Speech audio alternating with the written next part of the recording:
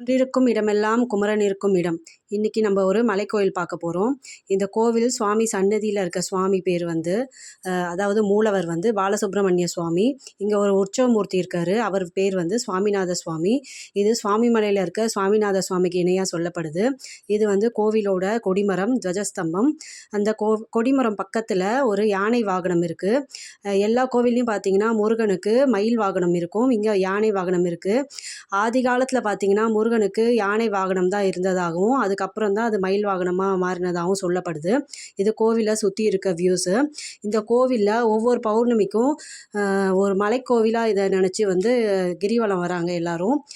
அதுக்கப்புறம் வந்து இங்கே சூரசம்ஹார விழா சிறப்பாக கொண்டாடப்படுது. ஒவ்வொரு வருஷமும் வர கார்த்திகை தீபமும் இங்கே சிறப்பான பூஜை நடைபெறுது. இங்கே சரபேஸ்வரருக்கு தனி சன்னதி இருக்குது.